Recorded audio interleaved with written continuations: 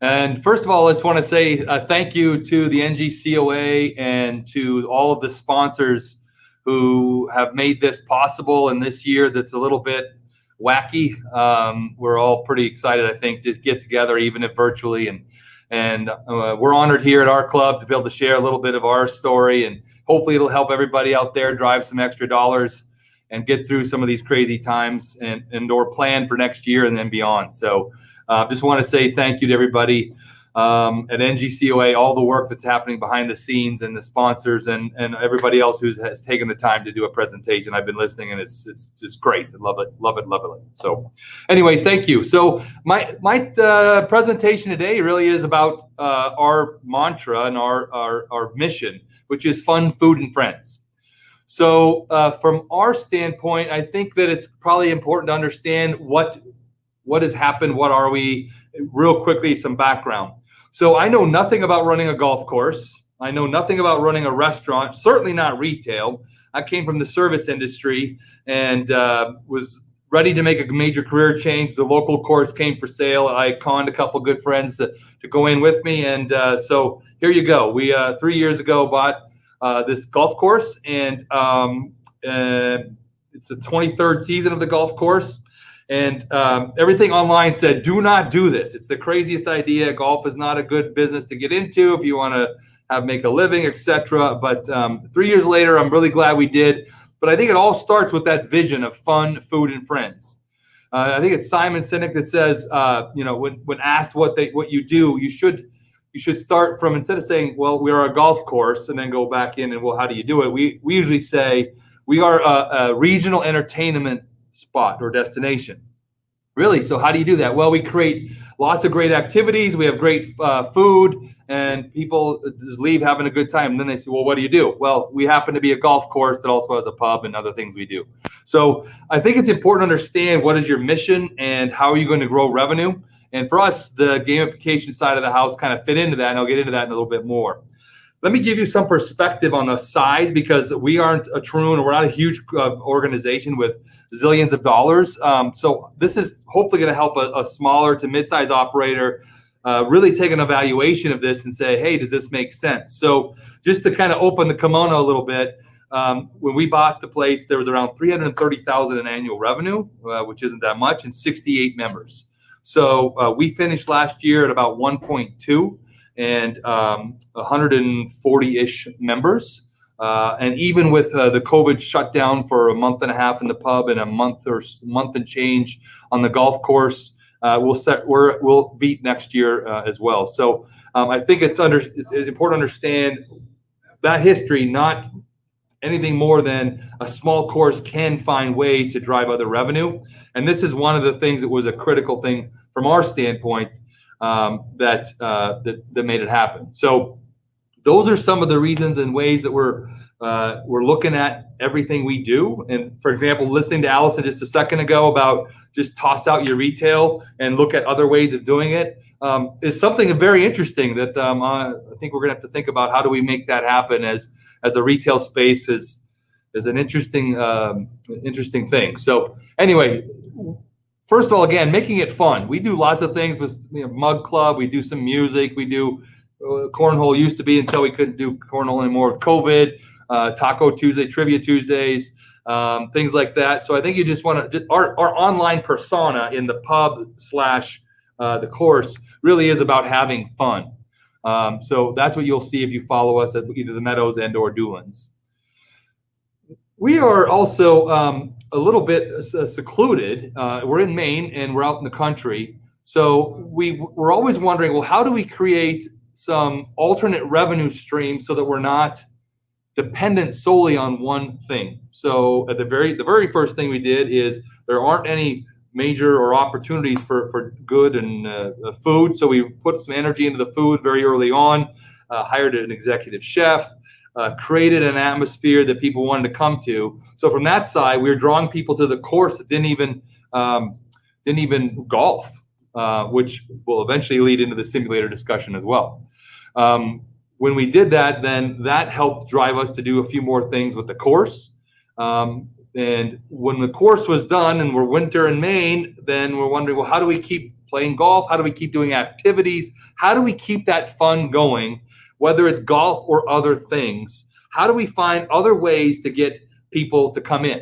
So the picture you see on the top left is the former cart barn, what I'm sitting in right now, and we'll give you a video tour at the end so you can kind of see what we have from a setup here. But that was the cart barn. It's an asphalt bottom, barely a roof on it, leaked when it was raining or snowing. Typical cart garage. And it was right attached to the clubhouse. So we said, wow, how can we make this work? Like, this space seems to me like a bit of a waste. So how can we leverage that location? So it was underutilized, first of all. And then we looked at the map on the right-hand side and said, okay, so let's talk about simulators. And I think if you're looking or contemplating doing simulators, it's really important to consider the geography and or competition of entertainment or fun, or and very specifically golf simulators. And for us, we're the green dot that you see there in the middle of the map. And the only, at the time, other golf simulators were 30 miles away at the red dot way at the bottom and towards southern Maine or mid-Maine. So we knew that there's an opportunity because in that metro-ish area, we're in a town of a couple thousand people, but we're near Augusta, 20, 30 minutes to Augusta, the capital, Lewiston, Auburn, which is bigger, 40+ thousand, Lewiston, Auburn, and then Brunswick, which is a town of 15, 20-ish thousand. So right in the middle of those three hubs is our market, is our region. So the closest one is 30 miles away. Then what do we need to do here to position ourselves as a great place for entertainment in the winter with golf clubs? So nothing was really close. We'll come back to that slide a little bit later. As I said, it's important to understand, I think, what your competition is and what other people are offering from either golf or if you're doing other gaming, what else is there? Because since we did this 2 years ago, those other 4 blue dots have popped up as competition. So I think it's really kind of important to do that homework on what else is out there and how can we fit that need. So what process did we go through? I think that when we look at that, we went ultimately with full swing. So just to go to the end first, we went to full swing, but it was after an exhaustive process. The first thing is we created a feature pro and con list, like things that mattered to us as golfers or hack golfers, even when we went and played other places, even before we thought about this. One was a couple of things. How is it putting? What's that like? What's the response time on the ball flight? Do you have to hit a regular ball or not? Tees, what's that like? The playing surface? What kind of golf courses are out there for choices? Things of that nature. So we created that feature pro and con list. Of course, behind the scenes part of that was the support up front and after the fact from the different partner vendors. Do they help you with design work?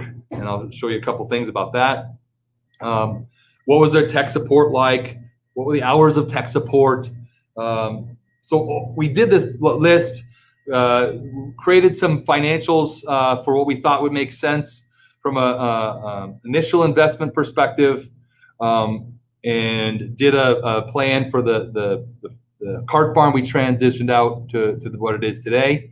And then we narrowed the field down. A couple of years ago, I think it was January, I went to the PGA show, and my only point of going there was to go test our top 6, I think we had listed at the time, and just play with them, see what they feel like, talk to the folks representing them, and then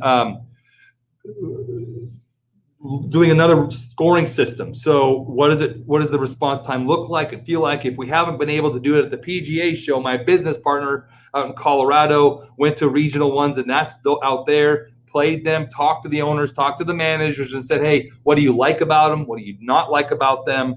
And similarly, we did the same with the folks around here in Maine. So we narrowed it down even further after we talked to those owners. And again, as we said, we're going to use it for lots of things.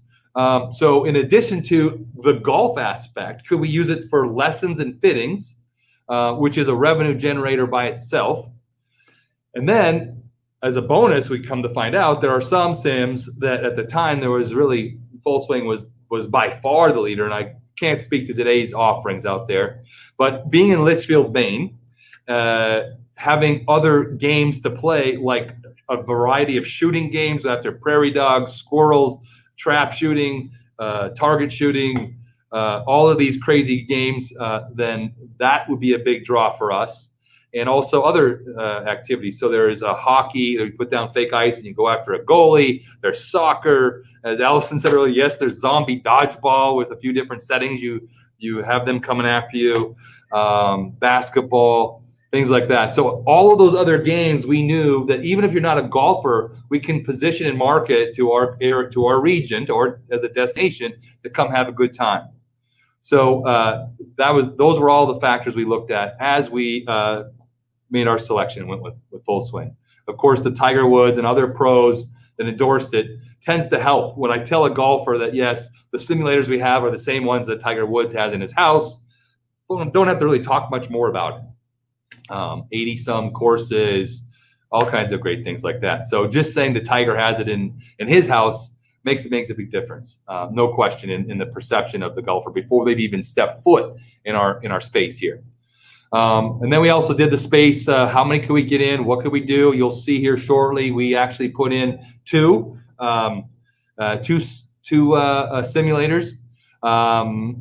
It worked out great. You'll see on the quick tour in a second that the pitched roof that you saw in the picture was going to be a challenge, we thought, with the ceiling requirement of 10 and a half feet all the way back, and where the camera mounts.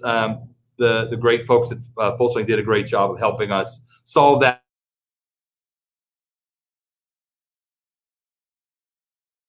For all of the above. So those are some of the reasons that we went to Full Swing. So some of the reasons why I think it's also important to know, why wouldn't you want to do this? Why shouldn't you do this? Learning from what we went through. And also just in talking to lots of folks. I think that first of all, the startup cost for buildup and the systems needs to be really solidly thought about, and the estimate's real clear. Our total investment for the systems, the two systems we bought, which included not just the golf, but all the games and the shooting, and then the build out for what we did in here. We didn't have to do a brand new building, which helped a lot. But that was just around 140,000 plus or minus. So we had members helping out. Of course, that's a huge plus when you get members involved, and they can have some maybe time on the simulators and trade for how much time and effort they did here. But the member involvement was fantastic and helped us reduce that number. So that, under 150,000 is what we're able to do for this build out. Another reason why you might want to avoid getting into the simulator world is if it's too long for you for recoupment of investment. So I'm going to show you some of the numbers here shortly. We expected that the ROI would be in about 2.5 years. It would be back to just full break even, and then profitability, full just profitability after that. And we really got to about 3.5 years, and I'll show you those numbers in a second. But it's not a overnight just go to the bank every day and smile and go home and kiss the babies, call it good. So you have to think about that.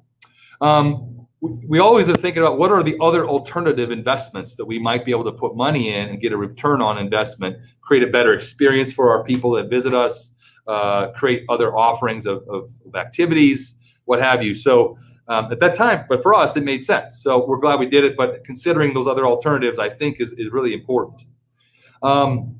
And as I said earlier, doing the research of what is out there for competition in terms of what do we have for another group that has another simulator. The other one that I mentioned, that was the red dot on the bottom, has a different company simulator, which is also quite good, I think.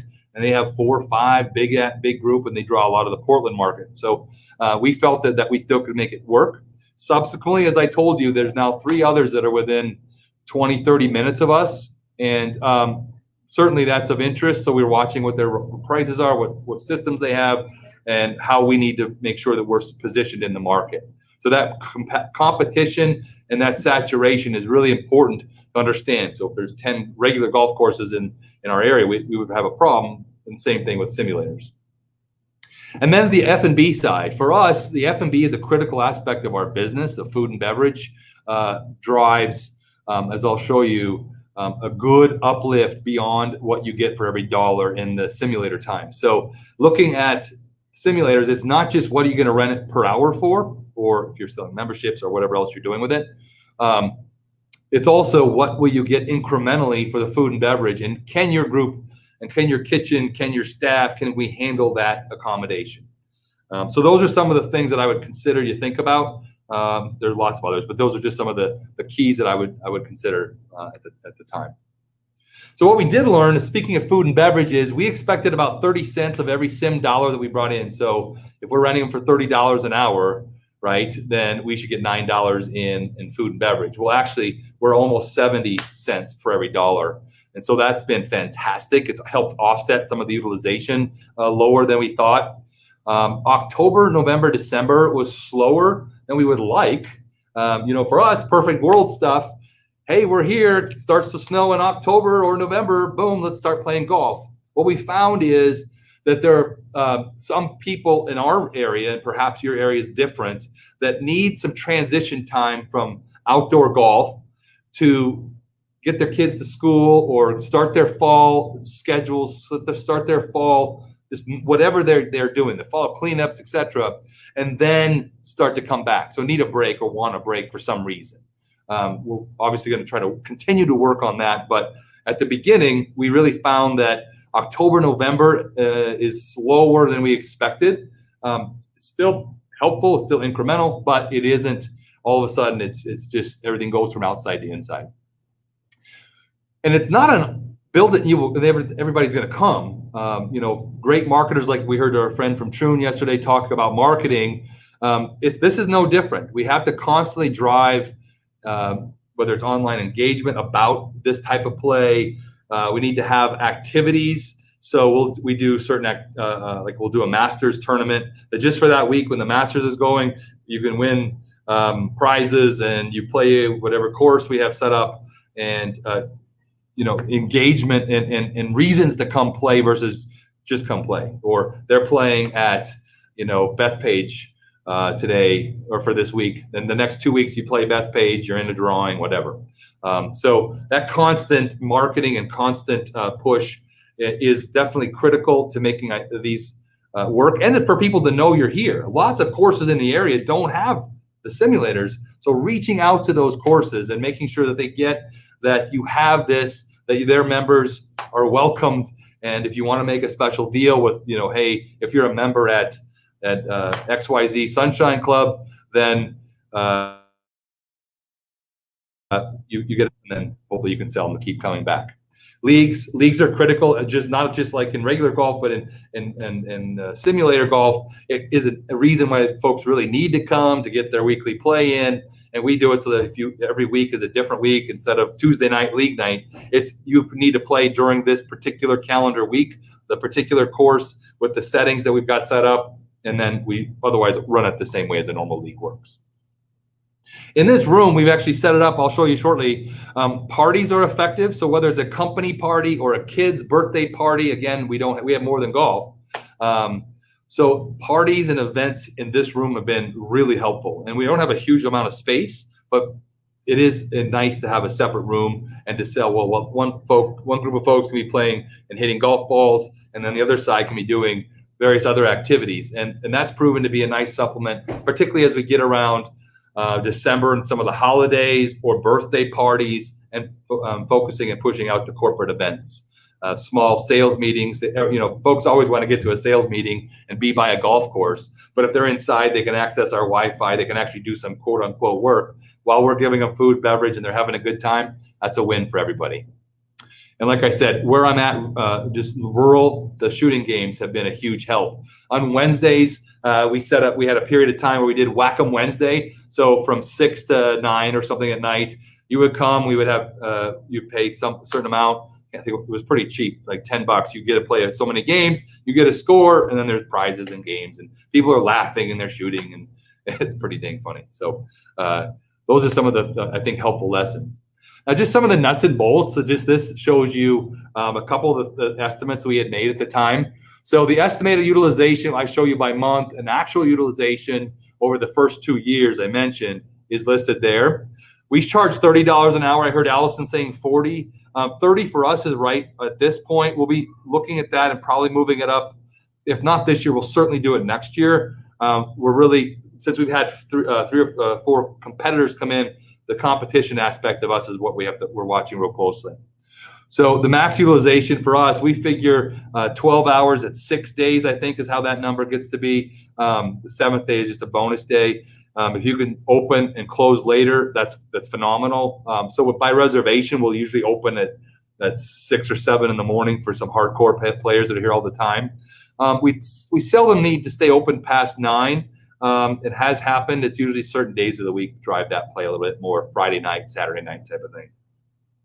So then you see the estimated revenue in F&B. So we had expected that the 110,000 a year would be about what we would be at from just a gross revenue perspective. And then you could see the actual numbers. We are really running just short of 100. So not a far off, mostly because the food and beverage has really pulled us along. So this year, as you can imagine, our focus is on that utilization.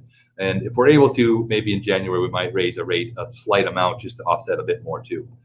So those are just some of the numbers that we've seen over the first 2 years from our side. So when you look at it even further, what's next for us? So we had talked about, well, if this just goes gangbusters and we have no room for hours left, perhaps we'll add or do more. For our side right now, we're going to continue with these two, keep doing it well and do it better, hopefully every month, every day, every year. We won't be putting in more at this point because of our space, because of the competition, but we're thrilled we did these. And I think it's important to know that we don't have the space. It would need to be a full build out, and that's a challenge. And we also are very cognizant that the technology is changing and it's very quickly developing. What I said in another conference where I spoke was, I really believe that what we see here is phenomenal and great. I do believe that there's going to be an iteration of more VR-based play at some point that will kind of catapult this to another level. And I think we're just watching to see what happens with that. So technology is certainly changing. It's fast, and we want to be ready to take advantage of that when it comes. And the competition, not just competition at the local courses, but the simulators are going into some strip malls, not even at the golf course anymore, as I think is a great thing to grow the overall game of golf. And there are more and more organizations that are selling at-home units for garages or what have you. So those, I think, are also barriers that used to be bigger than they are now for competition to jump in to the fray. And then I think I've heard a couple folks ask, well, do you make profit on this, or is it more like a feature? You have to have a putting green, you have to have a driving range, you have to, whatever. And I think it's been more profit in the past, and the pendulum has switched a little bit. I think having a simulator or simulators is a very important feature that for us as a small course, rural, helps offset us a bit, helps us from the membership side say, yes, our course has a simulator, a couple simulators. So if you get fitted and Callaway comes, we can either go outside or we can come inside and see all the spin rates and all the phenomenal stuff that you see on the simulators. And it also provides all those other non-golf activities too. But I think it's becoming more and more of a feature play, but with a profit element versus just a build it. They're all going to show up. We'll call it good. And the uniqueness. That's why I think putting your stamp of branding, of your personality is really the critical on this, since they're becoming more and more prevalent in the market as this grows, as I mentioned earlier, at home ones as well. One of the things, let me see before I go on, that I would recommend as well, and we talked to a couple people about selling memberships to simulators. We are not, and we won't. I don't see that changing in the near term. The reason why is we had a couple of courses tell us that you'll get folks who are really into simulators, they'll buy a membership, and then they take all your times. So whereas outside, you have a tee time every 10 minutes, Inside, you have, in my case, I have 2 simulators that I can rent, period, per hour. That's it. So be careful if you have a simulator or will be getting one, to not sell out memberships and not be able to sell the hour at the detriment of your financials. All right, moving on. A few tips when you get your simulator is also to make sure you have a startup checklist. Inevitably, there'll be one person that we have come in and set it up and start it up. That checklist is important.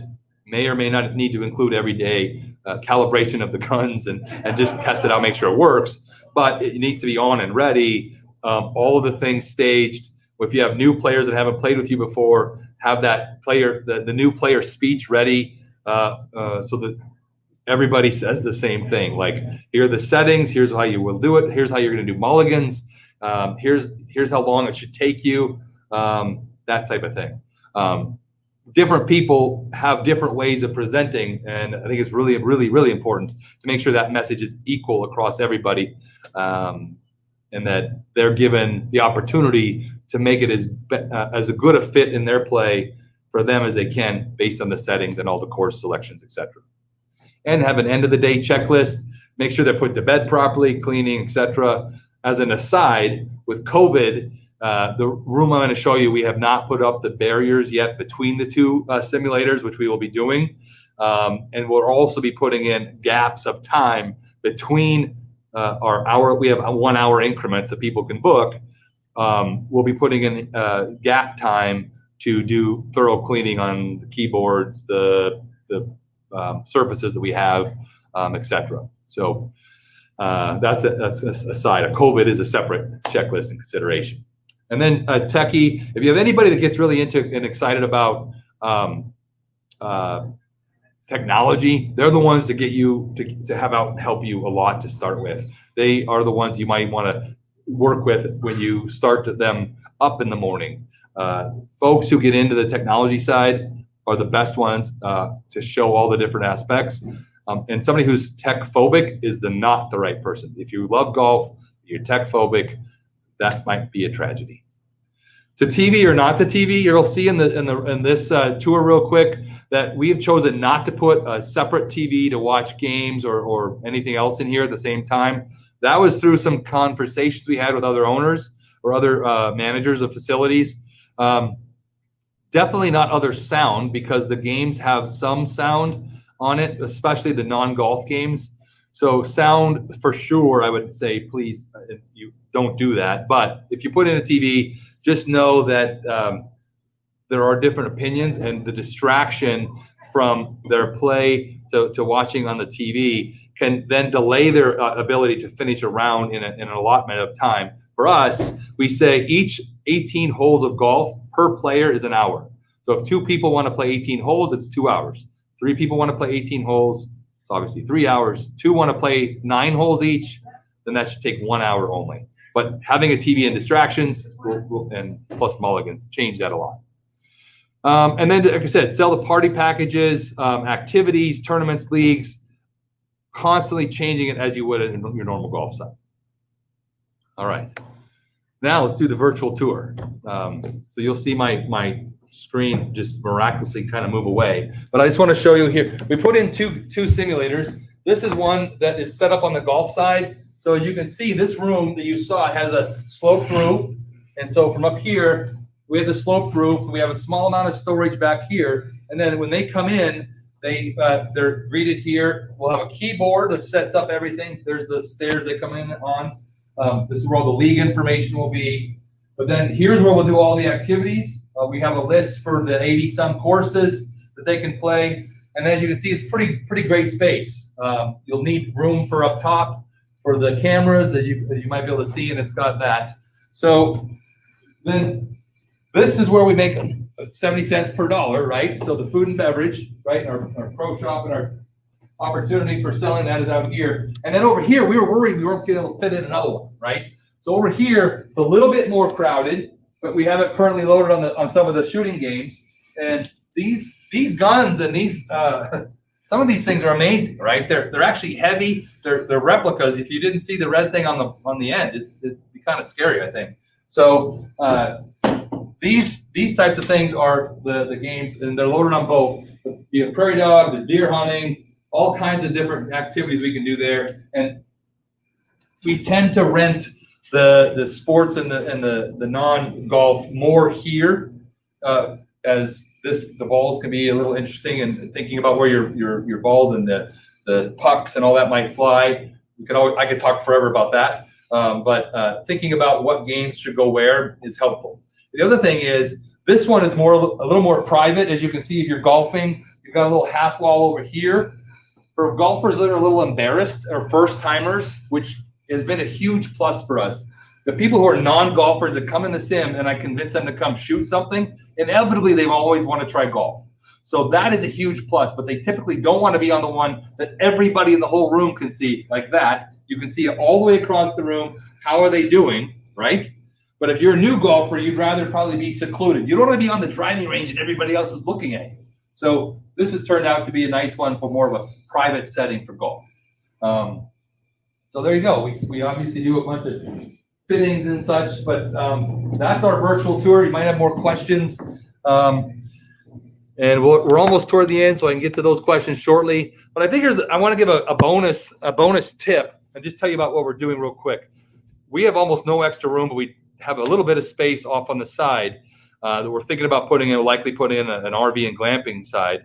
If you've even considered about, I love Allison, by the way, and her crazy ideas I love. And so here's our crazy idea. So if you want money for doing very little, besides maybe answering the phone and saying hello to people when they get here, if you don't even want to build a resort or RV area, there's a great website that is a membership group called Harvest Host, that if you're a member of that, and then you pay extra to be part of the golf clubs,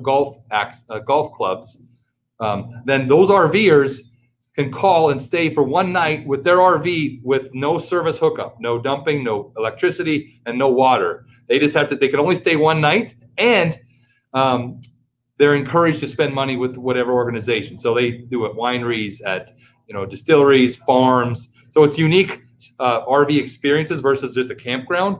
And for us, as being in Maine, we're one of only 3, I think, in the state of Maine that are on the Harvest Host list. It costs us nothing to be in it, and I just greet people and tell them where they can park. They play golf and/or they eat in our pub, and that's it. So there's my bonus tip. That's not even gamification related, but I just want to kind of tell you about that and some of the things we'll be doing. Fall colors in Maine. Here we are. Thought I'd just show you that real quick. And the other thing we do that's, I think, very unique and interesting is how do we always find ways to drive revenue? We put on a winter triathlon. So the first year it cost us money, but we do a winter triathlon. We hire a professional company with timing and all that.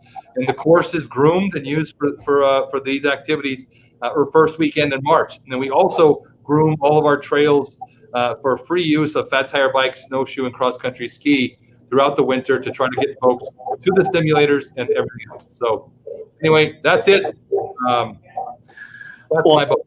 Well, thank you, Randy. Listen, we've had back-to-back great presentations and a lot of great energy, and the tour is really, really cool. We appreciate that. We've got some really good questions coming in, so why don't we get right to it? Actually, Allison is going to lead us off here, and she had kind of a follow-up, but you kind of answered this when you were talking about why you don't do memberships, but let me spin that a different way. Allison was asking about whether you use simulators or consider a subscription service. So for those times of the day where you may not have peak demand, not unlike some subscription services for the green grass side, have you considered trying to drive people to specific times under a subscription program, not so much a membership? There's no doubt that yesterday's session that talked about subscriptions, I've taken a lot of notes, and that's exactly one of the things we're looking at. So for the first 2 years, we kind of understand what times are slower for us during the week.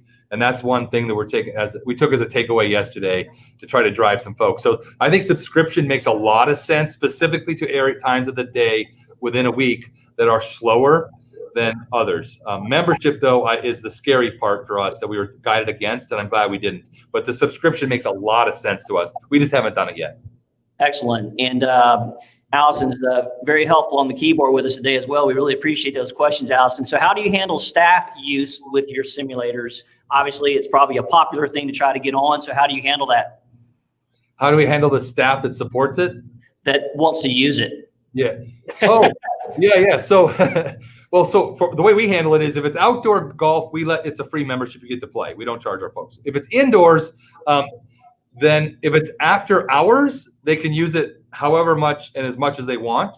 If it's during busy times, we block off a few of those blocks of time that are the peak times.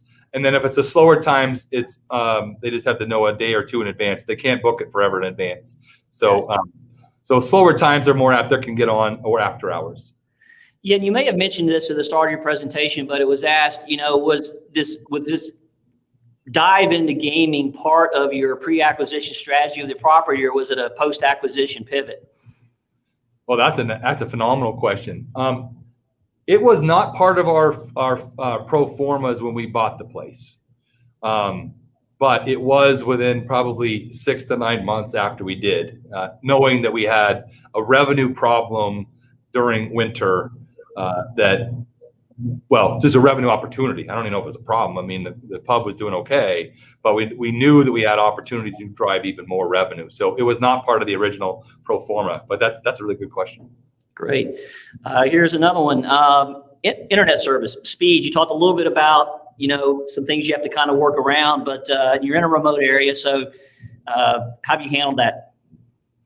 Yeah, so the internet access is important, and each of the providers will walk you through what they need. When we built out this room, there are very specific diagrams and requirements for where electrical usage needs to come through. What does the cabling need to look like? So each of the organizations that you might evaluate will be very clear on what your usage is. We have really good internet here. But it is important. And also when they tech support, they log in and they can see everything, or if they do a download or what have you. So having that access is critical.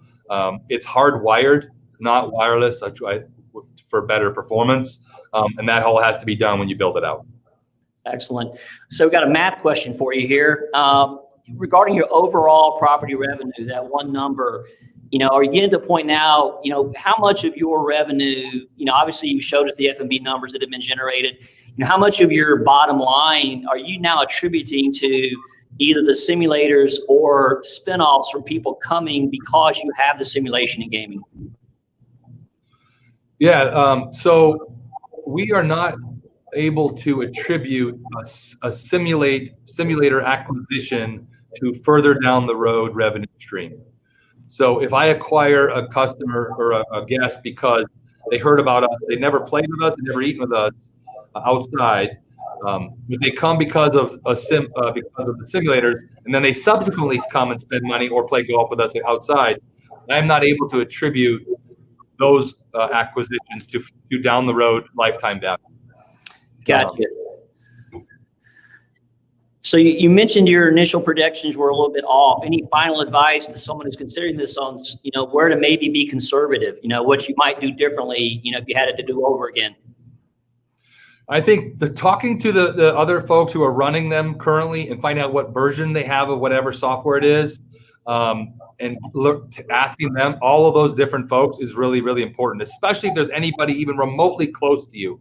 Golfers will drive a long way in rural areas, and if it's 30 miles, but you have a better experience and a better system, people will come to you, and your service. So like later on, we hear from our hospitality friends at the end of the day, that service stuff really, really matters. And I have had lots of folks say, we come not just because the simulators are great, because you have a concierge that's there for us the whole time, and you take care of us. And so that service element is huge. But I would ask all of those different folks who run it what they've learned.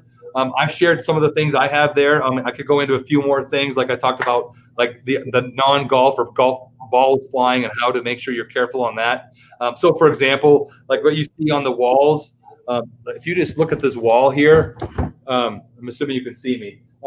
Yep. That is actually a floor laminate. So it's extra durable and hard. So we thought about like, well, where are balls potentially going to fly? And do I want to put up with repairing wall marks on the sides of walls all the time? So just thinking through some of those types of things that I think is important. But I would suggest to be more conservative and not on at least the first year of running the simulators, and then show the growth. But it's, there's a lot we don't know 2-3 years out. So we can certainly talk about that this year. But they're really valuable, and I think as a feature play, and then with the side of profit, it makes a lot of sense to say, yeah, hey, I don't have it. For example, I don't have a driving range, but I have a virtual driving range. So that's one of the ways I offset when somebody comes in that's visiting from out of town. Do you have a driving range? Well, we have a virtual driving range. Let me set you up. That was one of the offsets for me. Is it makes sense. We don't have room for a driving range, but we can do that. So how we stack up with the features we have at our course, how our pricing is, and our service offering compared to everybody else that they might have for the golf in a 50-mile radius or whatever your zone is you're looking at, I think is what the homework has to happen. And then do the numbers work? You have the money for the initial investment, and can you do that while you're getting the ROI later on? Well, great. Well, Randy, thank you so much for being with us today, and it was very informative, and we really do appreciate it. Taylor's going to pop on here any moment now. You've got 30 seconds to wrap it up. Any last words of wisdom for us today?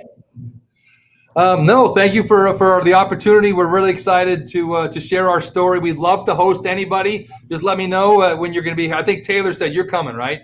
So yeah, no doubt. When you get up here, Taylor and Dave, we're going to have some fun here in the simulators, and I'm kicking field goals. What we're doing here at a small little course in rural Maine. Market research. Yeah, exactly. All right, thank you. All right, thanks, guys.